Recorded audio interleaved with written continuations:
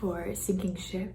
This one actually was, I believe, the first one that we all played together and really kind of shaped us as a band, thinking that we could, let's do this. This sounds really good. This sounds really right.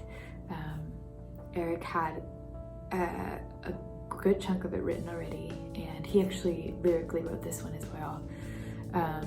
And we really just dug the whole vibe and didn't really feel like it needed a ton of tweaking. But lyrically it's really just another portrait of a relationship, and using the imagery of the sinking ship. And actually there's actually not very many lyrics in it, and I really enjoy the simplicity of it.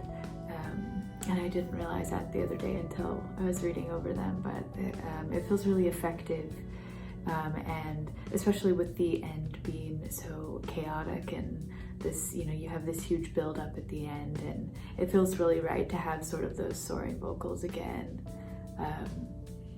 with the kind of chaos that's happening musically. There are a couple things to me about Sinking that make it really special for me. I think it was sort of the first song that we had started writing together, and for me, the first time that I had written with other people, like collaboratively in a room together. And I, up until this point, it sort of just, I'd written music and sort of been limited to my own ideas. And then when I started working with Natalie and John, they're like, okay, what's the next section? Like, kind of pushing me creatively. And I think that was a really revelatory process for me. And I think, secondly, this is the only song on the album for which I wrote the lyrics, and sort of just about a broken friendship that I had experienced a few years back, and I'd never really written about it musically, and it kind of felt cathartic in a way to get it all out on paper, and kind of let Natalie feel that for me, I guess, in a way. So yeah, that's Sinking. The song was definitely one of my favorites. I think this was the first song that we actually wrote together, or like we sat down as a band. Eric started the song in 6/8, and I love 6/8 because it allows me to do like unconventional beats. So we have kind of like two main 6/8 beats. We have the first section and the second section. And yeah, I just love how those came out. I think it's unique, and it gives an interesting pulse to the song.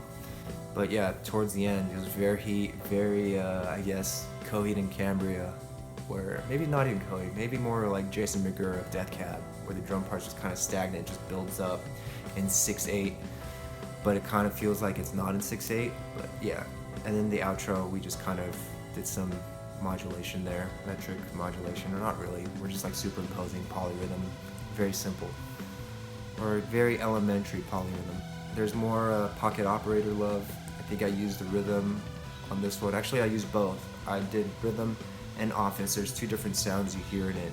For the mix, this was one of the more fun songs to mix. For vocals, we did a lot of tape machine on this.